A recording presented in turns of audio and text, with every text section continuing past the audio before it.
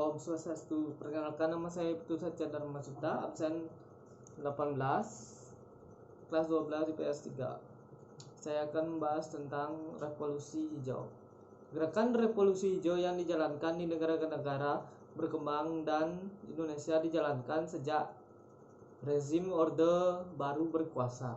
Sejak awal pemerintahan melalui program revolusi hijau, Presiden Soeharto telah menekankan terkait ketersediaan bahan pangan sebagai salah satu cara untuk menciptakan stabilitas yang diperlukan dalam proses pembangunan nasional, sehingga gerakan ini dianggap merupakan sebuah usaha yang tepat untuk meningkatkan ketersediaan pangan utama, yaitu gandum dan beras. Gerakan revolusi hijau sebagaimana telah umum diketahui di Indonesia tidak mampu untuk mengantarkan Indonesia menjadi negara yang berwaspada pangan secara tetap, tetapi hanya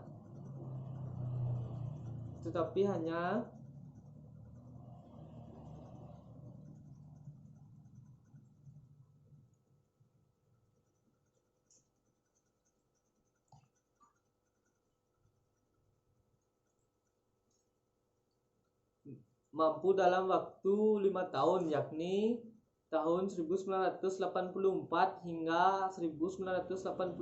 Di samping itu, revolusi hijau juga telah menyebabkan terjadinya kesenjangan ekonomi dan sosial pedesaan, karena ternyata revolusi hijau hanya menguntungkan petani yang memiliki tanah lebih dari setengah hektar dan petani kaya di pedesaan, serta penyelenggaraan negara di tingkat pedesaan. Sebab sebelum revolusi hijau dilaksanakan, keadaan penguasa dan pemilikan tanah di Indonesia sudah timpang.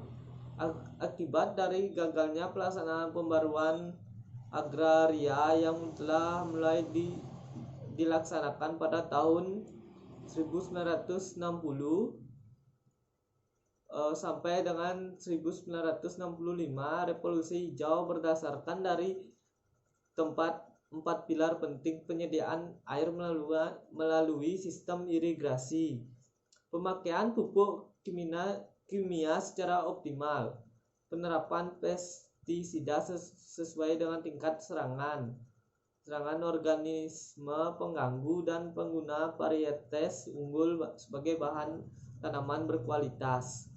Melalui penerapan teknologi non-tradisional ini, terjadi peningkatan hasil tanaman pangan berlipat ganda dan memungkinkan